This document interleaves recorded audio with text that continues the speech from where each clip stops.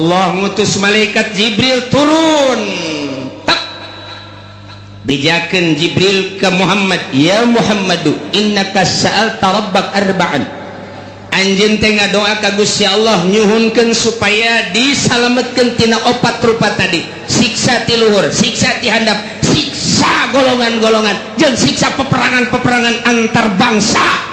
Nah, fa'atauka isdatain wa mana'aka isdatain, nu dua ku Gusti Allah diijabah, nu dua mah henteu. Bebeja malaikat Jibril dua diijabah, dimuhunkeun ku Gusti Allah, nu dua henteu. Naon nu dua cek Kangjeng Nabi ya Jibril, la yatiyahum adzabun min fawqihim wa min wala min tahti arjulihim yastausiluhum. Nu dua siksa ti luhur jeung siksa ti handap mah moal dina ayana ge eta teh moal terlalu dahsyat. Siksa ti luhur paling aba-aba doang, siksa ti handap paling aba-aba doang, sekali-sekali digempakeun eta mah hanya sebagian kecil cek malaikat Jibril, disunamikeun hanya sebagian kecil. Moal terus-terusan Gusti Allah nyiksa seperti eta mah moal nu dua diijabah. Nah cek Kangjeng Nabi lantaran nu dua eta mah fa innahum azaban likulli ummatin istajma'at ala takdzibi tanabiha wa raddi kitabi rabbiha. Lantaran nu dua eta mah patalina jeung kaimanan ka pangeran jeung kaimanan ka kitab pangeran. Geus urusanana di pangeran teh. Lantaran nya teu iman bae atau maksiat bae, teu percaya kana Al-Qur'anul Karim atau ngerobah status hukum Al-Quranul Karim ku Allah dibereng ke tiluhur jeung ti handap ala kadar doang Muhammad tama moal dahsyat jasa moal nu dua mah tetep diijabah sanajan aya ala kadar anu dua deui. Nah lamun nu dua deui mah Muhammad eta mah cek Gusti Allah ditahan tama walakinnahum yalbisuna syi'an wa yudhiqu ba'dahum ba'sa ba'd. Nu dua ieu mah hiji bakal timbul golongan-golongan eta mah teu diijabah ku Gusti Allah. Nomor kedua bakal ribut antara umat, antara agama, antara bangsa, eta mah moal diijabah teu diijabah tetep kama bakal terus bae eta mah. Bahkan wa yudhiqu ba'dahum ba'sa ba'd, bakal ngarasakeun peperangan antar negara jeung negara. Geus aya ti dituna nu mantak ahli tafsir mah ketika perang Irak Amerika tane, ketika perang Libya tane, perang deui Palestina tane, lantaran geus aya dina Al-Qur'ana aw yalbisakum syi'an wa yudhiqu ba'dakum ba'sa. Masyaallah ya manu dua mah teh Kanjeng Nabi naros Jibril nah nu dua ieu kok henteu diijabah, padahal mah poharaja saya mah merupakan siksaan. Wa hadzani azabani li ahli al-iqrar bil kutub wa tasdiq bil anbiya, lantaran nyana percaya ka kitab, percaya ka nabi ngan nyana teu make kitab jeung teu make nabi. Lantaran nyana percaya kana Al-Qur'anul Karim dimusabaqahkeun mulai tingkat RT datang ke tingkat nasional, datang ke tingkat internasional. Quran dimusabaqahkeun antar negara, Pakistan, India, Mesir, Irak, Iran, Arab. Oh timbullah juara satu dipake henteu kaiji.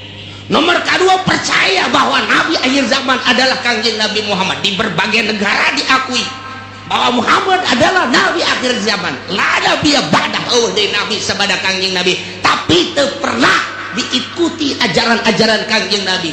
Bahkan dikatukangkeun nyana teh make ajaran manusia, ajaran jelema ku nafsuna bae. Nah ieu mah bakalna peperangan mal eureun-eureun. Iyalah geus dinyatakeun dina Al-Qur'anul Karim, urang kuari ngarasakeun percis jasa. Mulai antar sekolah lantaran teu ka Allah, guruna teu ka Allah, muridna teu ka Allah, ribut ka jenting kumaha. Antara lembaga ribut lantaran henteu ka Allah, antara yayasan ribut lantaran teu ka Allah, antara organisasi ribut lantaran lain neangan ridho Allah, hanya semata-mata neangan pitayeun doang.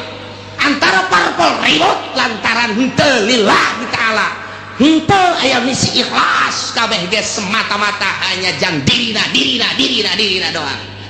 iyalah bakal mual eureun siksa nu dua mah. Hiji yal bisakum syi'a, bakal timbul golongan campur di dieu. Nomor kedua geus aya golongan yudhiqu ba'dakum ba'sabad, golongan nu ieu nyerang ka nu ieu nyerang kana, timbullah peperangan baik di kampungna sorangan, di negarana sorangan, atau antara negara bakal terjadi teu bisa tamah lantaran doa Kanjeng Nabi teu dijabah nu dua ieu. Bejakeun Muhammad qul huwal qadiru ala an yab'atsa 'alaikum 'adzaban min fawqikum aw min tahti arjulikum aw yalbisakum syi'an wa yudhiqa ba'dakum ba'sa ba'd. Muhammad bejakeun ka para kafir-kafir Mekah lamun terus bae musyrik ka aing, teu percaya kana ajakan anjeun, teu iman kana ajakan aing, cak Gusti Allah bakal nurunkeun siksa 4 perkara supaya katembong ku balerea kakawasaan aing, ka maha dahsyatan aing, ka maha sagala-galaan aing. Lantarannya mempermainkan ka aing kamari, ngadoa ka aing kuari musyrik ka aing, kamari minta ka aing kuari minta ka jabatan, kamari DPDP ka aing kuari DPDP ka manusia, ka makhluk, ka batu, ka kayu. Kan eta teh mempermainkan aing. Bejakeun Muhammad hayang dauleuh ka karawasaan aing, aing bakal nurunkeun 4 siksa. Ya Allah, qul bejakeun Muhammad wal qadiru ala an yab'atsa 'alaikum 'adzaban, aing maha kawasa, aing bahasa segala-gala cak Gusti Allah, lamun kitu bae petana aing bakal nurunkeun ka makhluk khususna ka urang Mekah umumna ka saha bae siksa 4 perkara. Betul. Kahiji azaban min fauqikum, siksa timbul ti luhur. Bentukna engke aya hujan teu eureun-eureun, nya poe hujan banyak buaca. Siksa poe. Atawa hujan batu cara ashabul fil. Di batuan, atau hujan es buah deh datang ke buah rarusak, atau poek terang kilat si jeleger ditambah deh kugeladek si jeleger datang ke tedaya atau upaya siksa ti aing min paukiku aw min arjulikun, atau kahandap dihandap timbulna ieu, dihandap timbulna mimiti ku aing teh dioyag-oyag lini bae. Lini doang aing mah sok geura hayang nyaho, bongan teu iman ka aing, bongan teu nurut ka aing, teu iman ka ajakan anjeun Muhammad. Tah ieu ku aing dioyag-oyag saeutik doang dibere ku aing 6,5 hek. Nah kulantaran tertep bae rada digedekeun ku aing, digoyangkeun doang ku aing bumi. Engke ge lamun Omah Irama jadi presiden asana bumi goyang kayak kajen kumaha ge. Ai. Arang cak-cakan budak isi nagara dek dikumahakeun. Tapi ceuk lama lamun Omah Irama jadi presiden bakal pertama santai. Ngeunaheun ke.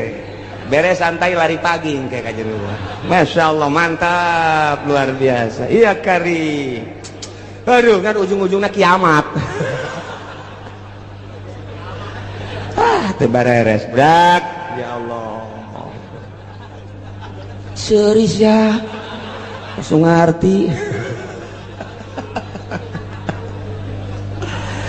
Aduh, ya Allah, ya Rabbi.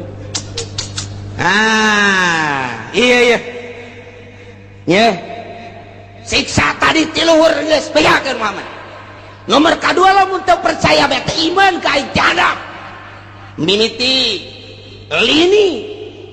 Kedua masih kene iman kene ka aing, gempa wae rusak, para rotong para risek jelebana siksa ti aing. masih keneh bae amblas ka jero deuleu di Padang datang ka kuari teu puguh kuburan anak diambleskeun ku aing 1000 kejadian Padang teh dibalikeun bae ku Gusti Allah ka deuleu nama gunung rek limpah imah sabaraha ribu manusia nu kuari teu disolateun teu dipandian siksa ti aing atau tsunami model Aceh sia 200.000 manusia orang Indonesia sekaligus ya tambah jeung orang-orang luar tsunami luar biasa tambah ku aing encan inget keneh bae ka aing tambah ku aing tuh tsunami di Ciamis Pangandaran encan inget keneh bae gunung ku aing dibitukeun can inget keneh bae Lapindo ku aing hayo sia parindah ka mana sia can inget kene bae sia ka aing can iman kene bae tambah deui sia ku aing awas sia sakali ieu di Banten sia ku aing Gunung Merapi sia kena datang ke Bojong sia ka Pasar Timis mah ulah liwat kesempatan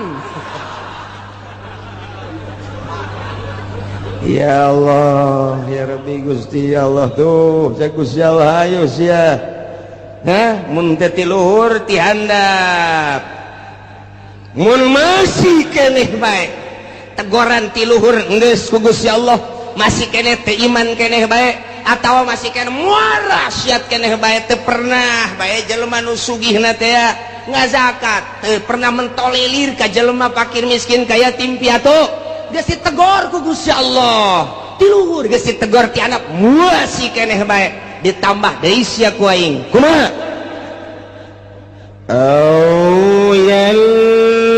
bisakum syi'a aing nyampur adukeun kana berbagai golong-golongan anu berbeda-beda kahayangna nu bakal ngajadikeun bibit daripada permusuhan mimiti nyeun organisasi ieu lantaran aya nu deui nu boga kahayang nyeun deui organisasi ieu aya deui nu boga kahayang nyeun deui organisasi ieu aya deui nu boga kahayang nyeun deui perkumpulan ieu aya deui nu boga kahayang deui nyeun deui perkumpulan antara organisasi-organisasi teh eta teh teu alalakurna mulai didinya bibitna kalaluar haju bae silih omong haju bae silih tengkas mulai tidinya teh silih geles tak teu eureun atawa parpo padahal mah jang ngabangun bangsa jeung nagara tapi kulantaran beda-beda kahayangna ieu hayang di satu sisi hayang ngaberesan negara di satu sisi deui mah hayang nyokot danana doang lantaran gede ti negara kabeneran dibuka demokrasi teh teu meunang dicegah-cegah mulai nyan parpol urang ge mampu daknya kurang kene nyeun deui geus teu kahitung kuari urang lembur mah bingungeun loba-lobana beda misi jeung visina ambalaya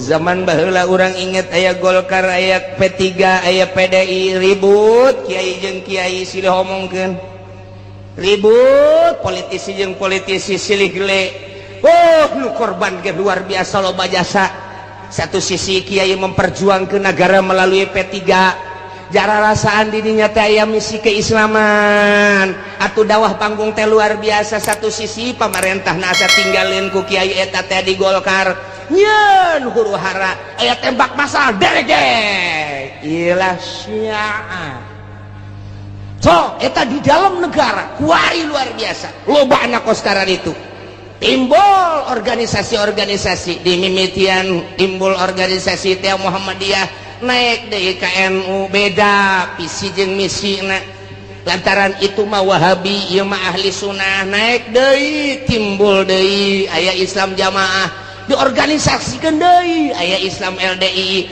diorganisasikeun aya NI diorganisasikeun deui aya HTI diorganisasikeun deui aya Islam Jaulah diorganisasikeun deui aya Islam aliran kepercayaan diorganisasikeun deui aya Islam Thariqah diorganisasikeun berbagai Islam beda kabeh suarana timbul huru-hara aya di Qur'ana kos kitu mantak ahli tafsir mah senyum bae teh aneh ja Gusti Allah na geus nyaritakeun lobana kahayang merupakan siksa lantaran naon poho ka Gusti Allah kabeh.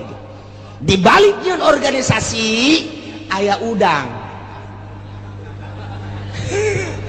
Iya aya udang di balik batu. Tah eta mah kos kitu tah. Nah, nu mentek nyen organisasi sok diradesek. Komo dan aya kepentingan negara. Oh, bisaan jasa Soeharto mah buat organisasi Pancasila, buat KNPI, buat organisasi tek-tek jeung bengekna dijieun supaya ngadukung ka ditu. Anu henteu milu ka dinya, sok dia tumpas. Kot kitulah keayaan.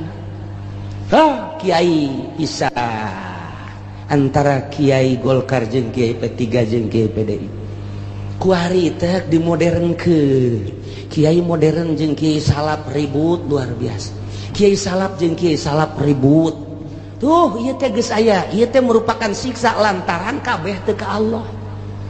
Ieulah siksa ti Gusti Allah. Ausiaan au yalbisakum syi'a teu karaha sakurang. Toel ku urang kiai eta, weh. Tuh aing sarua ka Allah, jeung ngaji. Kos kari itu ngomong. Toel kiai nu sok sangeunahna bae. Loba omong. Ayo bae urang berjuang, saya di dinya aing di dieu. Kabeh teu bisa dihijikeun. Visi dan misi disatukan teu bisa. Kabeh ngabogaan visi jeung misi nu berbeda-beda. Ribu ya karim, masya Allah. Lamun sarua dek ngabangun bangsa jeung negara, atuh daon make jeung silih gelek, silih tumpas, silih omongkeun, silih ajukeun. Ya Allah ya Rabbi, kuari geus 3 di Indonesia anu mangtak ngajadikeun huru hara besar KPK, polisi, hiji deui naon? Hayu sia. Kuari geus jadi 3 ngakar tek. Geus, masya Allah. Geus teu bisa. Naon kitu ngaranna harmonis kuari teh. Geus dihandapna geus siap dek perang kuari. Abri geus kabagi 3. Pihak iya, pihak itu, pihak iya. Dah, geus kos kitu di Indonesia lantaran boga kahayang pancenah ieu teh negara urang, pancenah ku urang dibangun, danana kan ti masyarakat. Kunaon atuh kuari teh kos kararitu.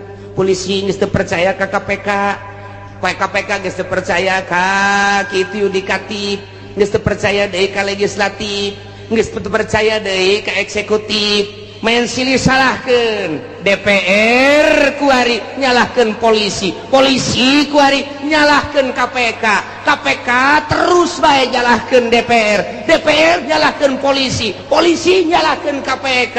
Ti BPK ngajukeun berpermasalahan supaya tetap diangkat, eksekutifna kuari kasienan berontak melalui yudikatif. Ieu negara urang, ieu negara urang deuk kumaha coba? Pikir cenah dek ngaberesan masyarakat nyanana beresaneun, nyanana beresan urang mah teu kumaha je kieu bae nonton nyana. Ieu teh kuari teh kos kitu mun hayang nyaho di negara urang. Lamun sok mengamati politik di Indonesia seperti eta, geus teu kudu nonton TV, teu kudu ngadengekeun radio, ngaji sia di dieu bakal nyaho. Saya kieu nyaho ti mana? Aing mah susuganan. Bukan aing mah susuganan kos kitu bae lah pokona mah. Lamun aing salah deleukeun. Je nu mantak sakieu deui bakal ditangkep. Kaje nu di luar mah ulah kena nyaho. Ji tuh polisi geus teu bisa ngamankeun DPR lantaran DPR nyalahkeun polisi, polisi KPK, KPK ge sarua bae geus kos kararitu ku ari teh. Pelaksana sebagai eksekutif kuari geus kasienan lantaran nu mentek kasienan teh kabeh baroga salah. Sedengkeun RI 1 geus amanat, awas sampai tembus, awas sampai tembus, awas sampai tembus, awas. Nyana bae sieun besi tembus di urusan rakyat. Endeu ka rumaha coba, lamun dibukakeun eta kakarak judulna doang, tak kakarak judul tah. Geus mulai tah urang nyaho tah. Geus mulai tah. Di koran mah hese, mendingan ngadengekeun aing bae sia. Aing mah bener dek henteu kos kitu we pokona mah tah. Je, emang kumaha gitu. Masyaallah. Timbul yalbisakum syi'an eta secara nasional. Secara internasional campur tangan bule di urang. Emrik hayang cicing di urang berleha-leha.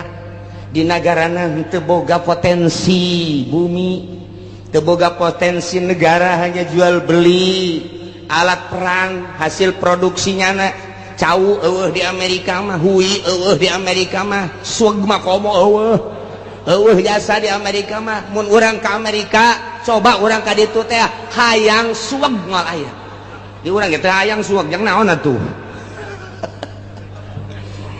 neangan awi moal aya di Amerika mah, nu sok pake nyayur teh anak awi naon ngaranna iwung. Coba neangan di Amerika mantap kuda teu betah ge iwung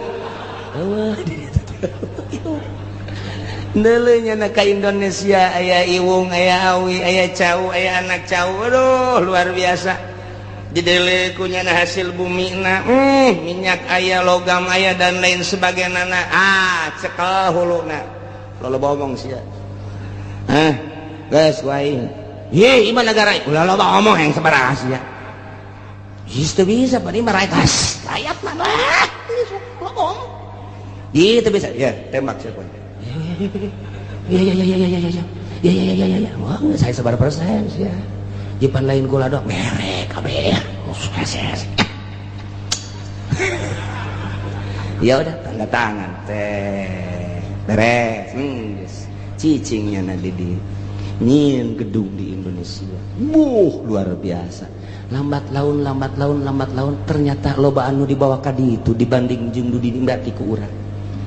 Nah, mulai dibuatlah kepercayaan bule di orang ngadu di antara politisi di luhur, ya kepercayaan bule, ya kepercayaan rakyat ngadu. Timbul huru-hara internasional bakal naik. Taya di Indonesia ge tinggal pencet knop doang jegur ujian anak. Emang kumaha gitu, rakyat geus teh sudi jasa di bawah kikieuan. Tetapi pemerintahnya tidak mentolerir geus ka rakyat. Tetapi iya kan bumi pertiwi Indonesia, Bhinneka Tunggal Ika, 135 juta rakyat Indonesia, cak Raden Rhoma Irama. Disatukan oleh Bhinneka Tunggal Ika. Jadi kumaha gitu. Geus tinggalin tambah kali mah 135 juta. Lain 35 juta ku ari mah bung jenggot.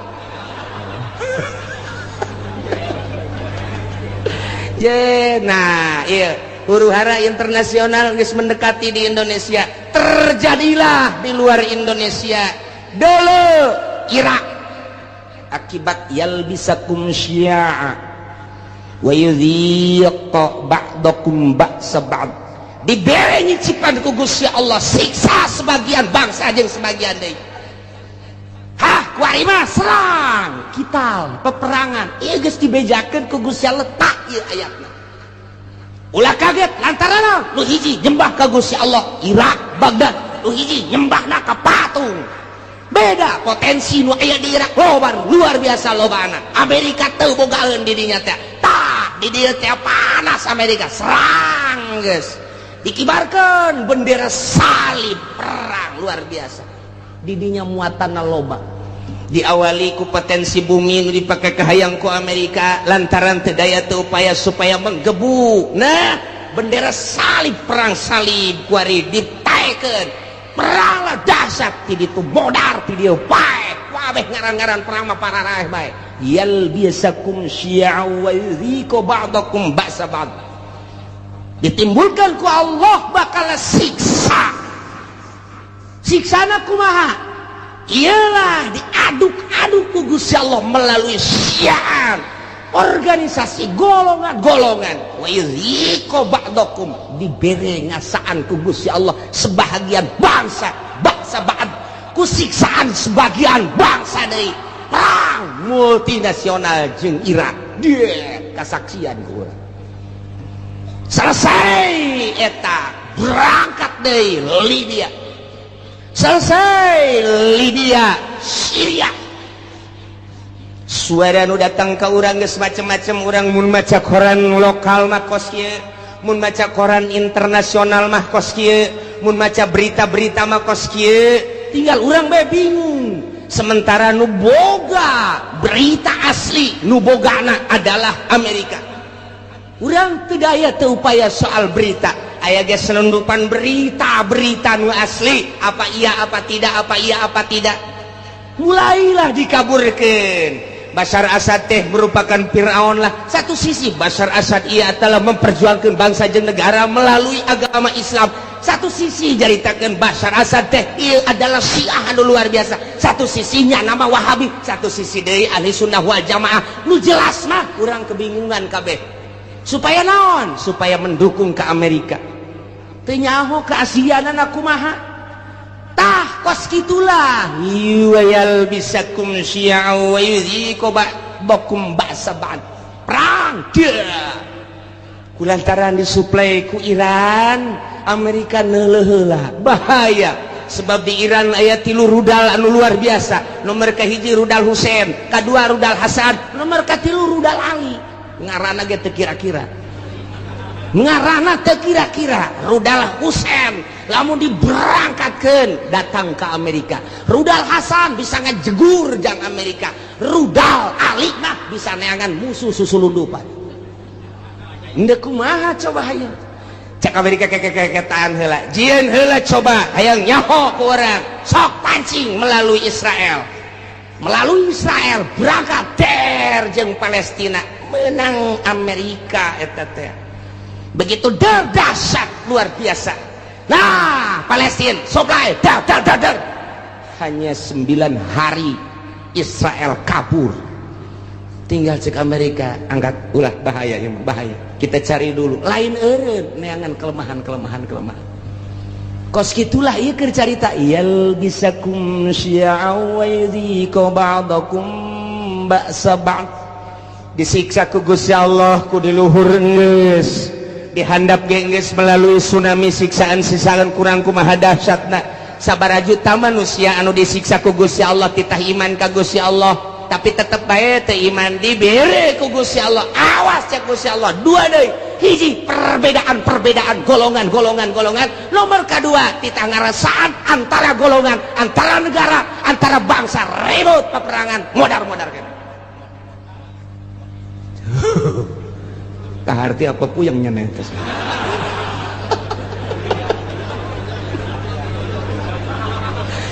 Internasional dibawa kurang caner geus berurusan anak Taliban terus bae militan di mana aya perang di dinya nama aya Osama bin Laden geus eueuh ditambah deui ku ari tetep aya ditambah deui ku organisasi HTI secara internasional jauhlah ge secara internasional araya di tiap-tiap peperangan teh berbagai organisasi ja peperangan kamari bae di Israel orang Indonesia bae aya ka ditu kok nyeplos ka ditu model urang teu nyaho aya nu nyeplos kos kitu lamun teu direkomendasi ku RI da moal bisa. Sementara kapan urang teh negara teh aslina teh manut ke Amerika, tapi kok aya orang Indonesia di ditu ja perang Irak aya orang Indonesiaan di ditu. Perang Iran aya orang Indonesiaan di ditu. Ieu orang Indonesia mah asana mah nya nama Okos Bunglon. Okos Bunglon nya nama. Bisa kade-kade tuh batak Indonesia lain lalagaan ditakuti ku orang Amerika. Teka caritakeun orang Palestina di Palestina aya orang Malaysia, teka caritakeun di Palestina aya orang Thailand, teka caritakeun di Palestina aya orang Korea, tapi orang Indonesia mah aya di ditu. Malah keur waktu perang kamari multinasional aya nu nembak jar. Begitu dibuka ieu na ieu penyet irung. Lah cak orang Amerika ieu mah lain orang Irak, lain Iran, lain Taliban. Coba status seorang mana? Begitu di dalam ya karib kurang puta anu gede hutang teh kabur ka ditu paeh hirup caknya naing daripada Indonesia sangat diperhitungkan. Masya Allah tak poso ribut poso nasional tamata tapi berbau internasional saha nu lempang ka poso. Ternyata ayah sababara organisasi dilarang ku pemerintah tetap bae datang ka ditu. Namun teu datang ka ditu poso terus-terusan nu dipencit ustad teh nu ditembak kiai teh anu dipanah nu dipedang datanglah organisasi ti urang padahal teu dimeunangkeun ku pemerintah poso bae datang ka ditu ngibarkeun bendera perang siap mau dibejakeun ku kula organisasi nu mana ngan nyana minta izin ka kula bos sombong amat cenah sekali-sekali sombong lah. niku mah Indonesia mah kos kitu. Eta di Palestina bae aya, di Taliban teh aya. Ya Allah ya Rabbi, nu mantak aneh eta pan kudu make kapal udara, haju kudu make biaya pan eta teh atuh make naon kitu ngaranna birokrasi perjalanan anu luar sakedangkeun steril. Oh steril luar biasa, mau kemana, tujuannya apa, tapi aya kan di ditu. Masya Allah, mantap kek mun perang deui kurang diajakkan itu. Naik naon cenah Kiai ngojay. Paeh di laut asana ieu mah. Meme perang geus malodar. Indonesia. Ulah sembarangan di Indonesia nu hendak diperhitungkeun ku Amerika. Sangat diperhitungkan Indonesia mangke bae perangna terakhir bae cek danas. Tetap di perangan mah di perangan terakhir. Asana bangsa Haji Makmun mah paeh ti heula. Moal kaburu nya nama geus. Siksa ti Gusti Allah. Leletikanana di urang antar kampung, leletikanana ti urang antar desa, leletikanana ti ku urang antar kiai. Kunaon eta? Lantaran boga kahayang. Kiai ieu ngayakeun ieu, kiai ieu ngayakeun ieu, henteu harmonis, ribut kiai jeung kiai. Syi'an wa yudhiqu ba'dakum ba'sa ba'd. Hayang rada gede melalui organisasi-organisasi. Hayang gede deui melalui parpol. Cerita tentang perbedaan di parpol anu geus teu aneh deui, kuari makin dibesar-besarkeun, makin digede-gedekeun. Urangnya ho ketika PKB naik beuh sabaraha nu paeh saat harita. Sabaraha ieu ge ieu cantang tu ka hareupeuna. Lantaran armada Prabowo anu luar biasa, armada jenggot anu luar biasa. Armada wah geus pohara ieu mah main engke bakal nata. Nah ieu sing ada ieu besi jadi siksa ti Gusti Allah. Mun sia teh iman ka aing, mun sia henteu taat ka aing, teu takwa ka aing, bere siksa opat. Hiji ti luhur min fauqikum, dua ti handap min arjulikum. Mun ti luhur jeung ti dihandap teu dianggap, awas aoyel bisa kumsian aing yeun tata golongan engke golongan lain sakadar cicing wa yuziko ba'dakum ba'saban ribut perang. Jadi berarti geus aya ti ditu nu mantap cek Kangjeng Nabi, inna ummati sataftariqu ala sintaini wa sab'ina firqatan. Saenyana umat kaula bakal paberencai ngajadi 72 golongan. Kabeh ngaku ahli sunnah padahal ma'an najiyatu firqatun nu salamat mah bakalna sapirqah. Jararieun jelema golongan atas namana Islam boro-boro organisasi cacak-cacak partai ge make atas nama Islam. Baheula P3 make atas nama Islam, kemudian PKB make atas nama Islam, PNU make atas nama Islam. Padahal mah di Indonesia mah kapan teu meunang nyeun partai Islam lantaran kabeh ge huluna adalah demokrasi. Teu meunang berbau sara. Tapi kelantaran nipu ke masyarakat make aturan Islam lain aturan, make lebo Islam ujung-ujung nama atuh henteu lah eueuh nanaonan ribut Golkar jeung P3, ribut P3 jeung PKB, ribut KB jeung PNU, ribut jeung PD, ribut. Nah perputaran pilpres lu tahun itu sabaraha anu paeh, pilpres kamari sabaraha anu paeh, tinggal pilpres anu bakal sing hade lantaran merupakan siksa. Urang mangadoa bae ka Gusti Allah Subhanahu wa taala. Jadi kukumahakeun ke negara urang teh tetep kos kieu bae sebab can aya nu niatan untuk merubah, membangkitkan semangat rakyat jeung bangsa mengarah ke jujur jeung adil can aya. Ku ayeuna sakitu mah cuek-cuek bae biasa-biasa bae. Wae milih-milih bae ngan ulah datang ka gusur-gusur eungkeuy-eungkeuyan teu nyaho maksud sing hade. Lantaran ieu teh ya siksa ti Gusti Allah. Ku luhur geus, ku handap geus, dibuatlah hasil urang keneh. Iyalah yal bisa kumsya'u wa yudhiqu ba'dakum ba'sa.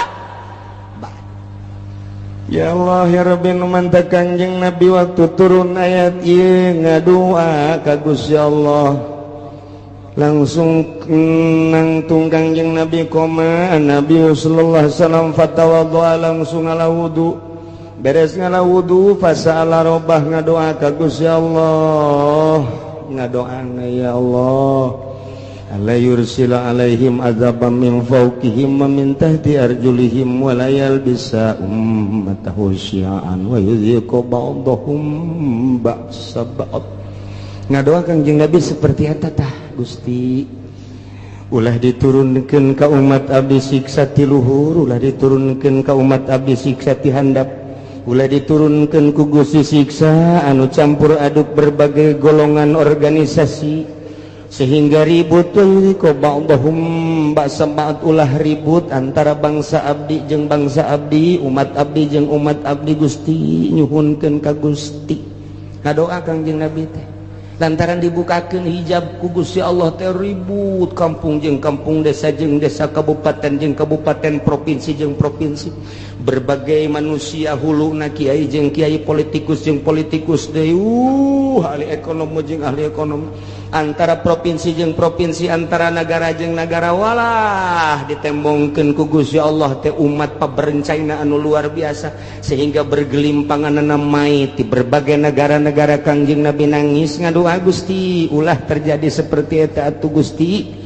Kumaha tah waktu eta fahabatta ilaihi Jibril alaihi salam, Allah ngutus malaikat Jibril turun tak bijakeun Jibril ke Muhammad, ya Muhammadu innaka sa'alta rabbak arba'an, anjeun teh ngadoa ka Gusti Allah nyuhunkeun supaya disalametkeun tina opat rupa tadi, siksa ti luhur, siksa ti handap, siksa golongan-golongan jeung siksa peperangan-peperangan antar bangsa. Nah fa'ataka isdatain wa mana'aka isdatain, nu dua ku Gusti Allah diijabah, nu dua mah henteu. Bebeja malaikat Jibril dua diijabah dimuhunkeun ku Gusti Allah, nu dua henteu. Naon anu dua cek Kangjeng Nabi ya Jibril, layatiyahum adzabun min fawqihim wa min tahti arjulihim yastasiluhum, nu dua siksa ti luhur jeung siksa ti handap mah moal dina ayana ge eta teh moal terlalu dahsyat. Siksa ti luhur paling aba-aba doang, siksa ti handap paling aba-aba doang, sekali-sekali digempakeun eta mah hanya sebagian kecil cek malaikat Jibril, disunamikeun hanya sebagian kecil. Moal terus-terusan Gusti Allah nyiksa seperti eta mah moal nu dua diijabah. Nah cek Kangjeng Nabi lantaran nu dua eta mah fa innahum azaban likulli ummatin istajma'at ala takdzibi tanabiha wa raddi kitabi rabbiha. Lantaran nu dua eta mah patalina jeung kaimanan ka pangeran jeung kaimanan ka kitab pangeran, geus urusanana di pangeran teh mah. Lantaran nya teh iman bae atau maksiat bae, teu percaya kana Al-Qur'anul Karim atawa ngarobah status hukum Al-Qur'anul Karim, ku Allah dibereng ke ti luhur jeung ti handap ala kadar doang Muhammad teh mah moal dahsyat biasa moal nu dua mah tetep diijabah sanajan aya ala kadar. Anu dua deui, nah lamun nu dua deui mah Muhammad eta mah cek Gusti Allah ditahan tamah, walakinnahum yalbisuna syi'an wa yudhiqu ba'dahum ba'sa ba'd. Nu dua ieu mah hiji bakal timbul golongan-golongan eta mah teu diijabah ku Gusti Allah. Nomor kedua bakal ribut antara umat, antara agama, antara bangsa, eta moal diijabah teh diijabah tetap tama bakal terus bae eta mah, bahkan wa yudhiqu ba'dahum ba'sa ba'd, bakal ngarasakeun peperangan antar negara jeung negara. Geus aya ti dituna nu mantak ahli tafsir mah ketika perang Irak Amerika tane, ketika perang Libya tane, perang deui Palestina tane, lantaran geus aya dina Al-Qur'ana awyal bisakum syi'an wa yudhiqu ba'dakum ba'sa ba'd. Masya Allah ya manu dua mah teh Kangjeng Nabi naros Jibril nah anu dua ieu kok henteu diijabah, padahal mah poharaja saya mah merupakan siksaan. Wa hadzani azabani li ahli al-iqrar bil kutub wa tasdiq bil anbiya, lantaran nyana percaya ka kitab, percaya ka nabi, ngan nyana teu make kitab jeung teu make nabi. Lantaran nyana percaya kana Al-Qur'anul Karim dimusabaqahkeun mulai tingkat RT datang ke tingkat nasional, datang ke tingkat internasional. Quran dimusabakohkeun antar negara, Pakistan, India, Mesir, Irak, Iran, Arab. Oh, timbullah juara satu dipakai henteu. Kaiji. Nomor kedua, percaya bahwa Nabi akhir zaman adalah Kangjeng Nabi Muhammad. Di berbagai negara diakui bahwa Muhammad adalah Nabi akhir zaman. La nabiya ba'dahu, dari Nabi sabada Kangjeng Nabi. Tapi teu pernah diikuti ajaran-ajaran Kangjeng Nabi. Bahkan dikatukangkeun nyana teh make ajaran manusia, ajaran jelema ku nafsuna bae. Nah, ieu mah bakalna peperangan mal eureun-eureun. Iyalah geus dinyatakeun dina Al-Qur'anul Karim, urang kuari ngarasakeun percis jasa. Mulai antar sekolah lantaran teu ka Allah, guruna teu ka Allah, muridna teu ka Allah, ribut ka jenting kumaha. Antara lembaga ribut lantaran teu ka Allah, antara yayasan ribut lantaran teu ka Allah, antara organisasi ribut lantaran lain neangan ridho Allah, hanya semata-mata neangan pitayeun doang. Antara parpol ribut lantaran henteu lillahi ta'ala, henteu aya misi ikhlas, kabeh ge semata-mata hanya jang dirina doang. Nah iyalah bakal moal eureun-eureun siksa nu dua mah. Hiji yal bisakum syi'a, bakal timbul golongan campur di dieu. Nomor kedua geus aya golongan yudhiqu ba'dakum ba'sabad, golongan nu ieu nyerang ka nu ieu nyerang kana, timbullah peperangan baik di kampungna sorangan, di negarana sorangan, atau antara negara bakal terjadi teu bisa tama lantaran doa Kangjeng Nabi teu dijabah nu dua ieu.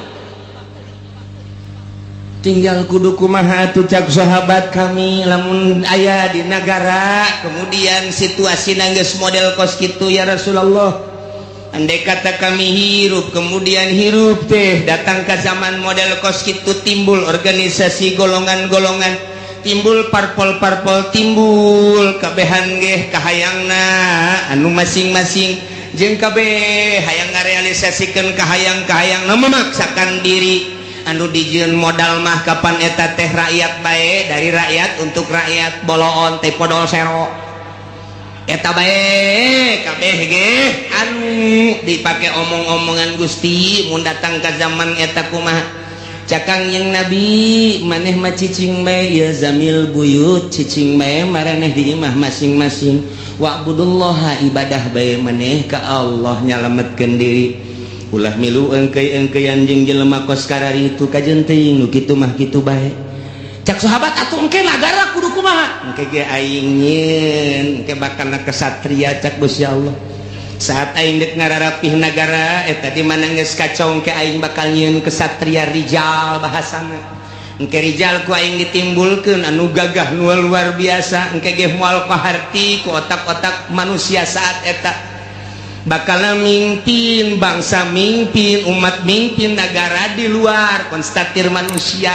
Engke ge bakal ditimbulkeun ku aing take geus aya kesatria, bakalna ke kakarak umat nuturkeun satungtung can aya kesatria mah ulah waka. Cek manusia engke cirina kumaha Gusti eta kesatria nu bakal mimpin bangsa model kos kitu teh, cirina deuleu bae engke si Semar. Bakal boga ponggawa opat manehanana teh kabeh ge khawarikun lil adat. Deuleu engke si Semar cak Gusti Allah. Awan ya cenah. Kanjeng Nabi geus nyahoon ka Semar. Ya Semar mah belah dieu tama zaman kamari, tama zaman Wali Sanga Semar mah tama mimiti aya wayang gelar kadua, wayang kulit katilu, wayang golek. Jadi nya kok Kanjeng Nabi nyahoon ka Semar. Ai sia otak teh diteunden di dengkul bleon. Wayahna coba tunaikeun ka dada. Ye si Semar teh eta teh adalah lambang seorang wali. Hiji si Semar masa lilana tilok make baju. Nomor kedua nya nama lamun lempang tilok rurusuhan. Nomor katilu di mana lempangnya nama luak liuk bae. Eta si Semar kos kitu. Jeung deui tara bertindak di mana-mana encan musyawarah jeung si Cepot. Sia seuri sok tonton meureunnya. Tetepnya nama kudu musyawarah heula jeung si Ude jeung si Cepot jeung si Gareng, tetep musyawarah ke masukan tidinya. berarti nyana mati lok turun langsung kege aya tangan-tangana tetap ahli Allah mae gitu. Jadi didukung ku para ahli Allah geus lamun make bajuna hurung herang keneh lain si Semar mah geus urang teh angan ke calon presiden anu henteu make baju siapa bodoh jasa siapa aduh bodoh jasa teh angan ke calon presiden anu henteu make sepatu teh angan coba anu make sempak doang mantap biasa ieu mah atuh geus bae ku urang duetkeun Oma Irama jeung Rita ya Karim ya Allah ya Rabbi. Nah ieu ku Kangjeng Nabi disilokakeun engke ge aya ahlullah al-arif billah nu bakal mimpin negara nu mantak baheula teh kurang kumaha gagahna di Indonesia berbagai kerajaan-kerajaan coba Sunan Rahmat diutus ku Gusti Allah dilanjutkeun ku para sunan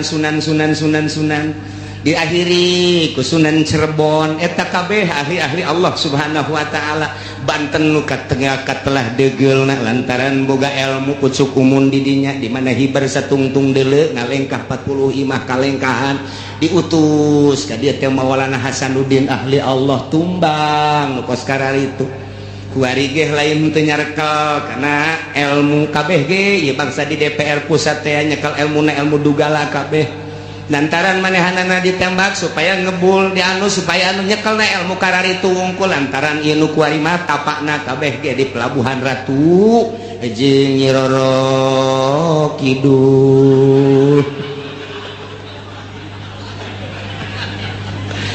Masya Allah satungtung can kadeuleu ke bakal aya kiai ge menyuarakeun kiai nu asli ikuti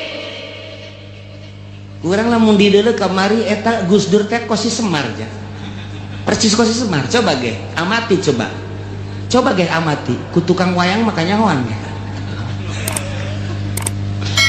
satungtung can aya ulah waka lantaran ieu mah raradutan kabeh ge geus salametkeun diri urang saat engke sakedeung deui urang batur ihyak-ihyakan urang mah Allahu akbar batur kampanye urang mah salat duha bae Allah duitna mah cokot eta sia mah sok kitu bae sih blon jadi benerna ieu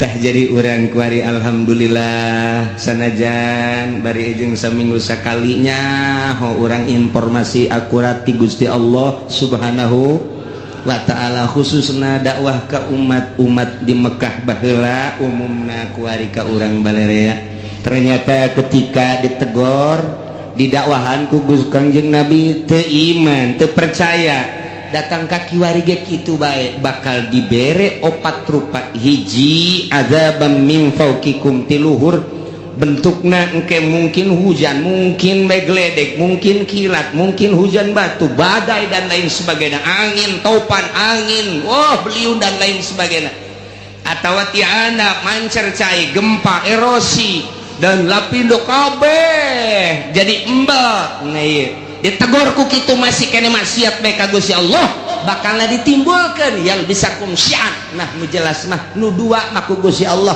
diminimalkeun diijabah doa Kangjeng Nabi tapi nu dua mah teu diijabah kuari ku urang kasaksian kuari dardir durna kasaksian jasa kuari ieu lah keur meumeujeuna ayat ieu pas jasa kabeneran jasa urang hirup pas di zaman model pas nu dicaritakeun ku Gusti Allah melalui Kangjeng Nabi urang Kangjeng Nabi Muhammad sallallahu alaihi wasallam numantat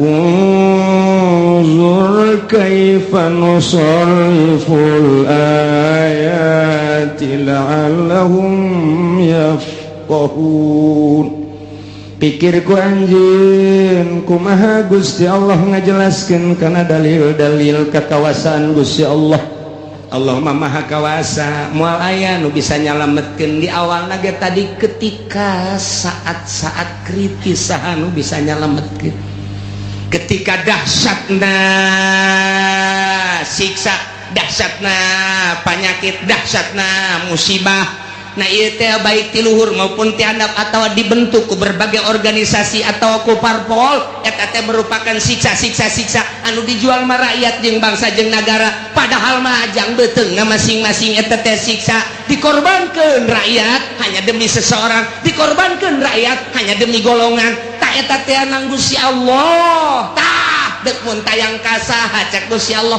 aing teh keur nembongkeun ka maha kakawasaan aing, ku aing dijujurkeun jeung diadelkeun nah aing dihancurkeun ge dek teh dijujurkeun dibangkalarkeun nah aing uluk ikir ku sia, pikir ku anjeun, pikir ku maneh kaifa nusarriful ayati kumaha aing geura ngabulak-balik ngajelaskeun dalil-dalil, baik dalil nas Al-Qur'an langsung dibaca maupun dalil langsung kejadian-kejadian alam atau manusia nu buang kalara.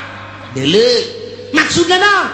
La'allahum yafqahun, supaya nyararaho bahwa anu ngagular-giler ngabulak-balik anu ngarobah-robah na ieu nagara jeung manusia teh lain sasaha iwati Gusti Allah Subhanahu wa ta'ala. Anak itu berarti ulah mun tayang kajabatan, ulah mun tayang ka tahta, ulah mun tayang ka manusia, ulah mun tayang ka harta, mun tayanglah kanu ngagular-giler ngabulak-balik ngarubah-robah ieu alam, ieu manusia, ieu negara, ieu bangsa. Saha tadi kan geus ditanya, saha anu bisa nyalametkeun? Qul Allahu yunajjikum, nu bakal bisa nyalametkeun mah Gusti Allah Subhanahu wa ta'ala. Setelah urang nyaho nu bakal nyalametkeun Gusti Allah, engke ge Allah mere sabab ka manusia kesatria, nu bakal nyalametkeun bangsana engke ditimbulkeun ku Gusti Allah, ahli Allah anu selalu ka Allah bae. Beurang jeung peuting mentana ka Gusti Allah ke manusia ge bakal paham kana caritaan-caritaan kesatria eta. Ieulah seorang waliullah, nyananya nyamaran engke aya di negara, engke aya di pedagang, engke aya di petani, engke aya di kalangan cacah, engke aya di kalangan menak, selalu aya nyana mah hadir diakui ku berbagai lapisan masyarakat. Eta lah engke nu bakal mawa bangsa jeung negara di tiap-tiap negara masing-masing, baik di Indonesia maupun di luar Indonesia. Amerika nu selalu jadi musuh sebab Yahudi kadinya, komplotan etalah nu bakal jadi musuh biang keladi lantaran didinya bakal nate timbul Yahudi anu bakal jadi sasarana tatap Islam baik mulai di timur tengah datang ke urang kadir. Tinggal urang mun tayang ka Gusti Allah, mudah-mudahan urang kabehan ditangtayungan ku Gusti Allah, bangsa jeung negara urang ditangtayungan ku Gusti Allah, rakyat jeung pembesar-pembesar ditangtayungan ku Gusti Allah, sehingga Allah mele perturungan ka urang kabehan, urang dibere buka mata hate urang mun silak neuleuh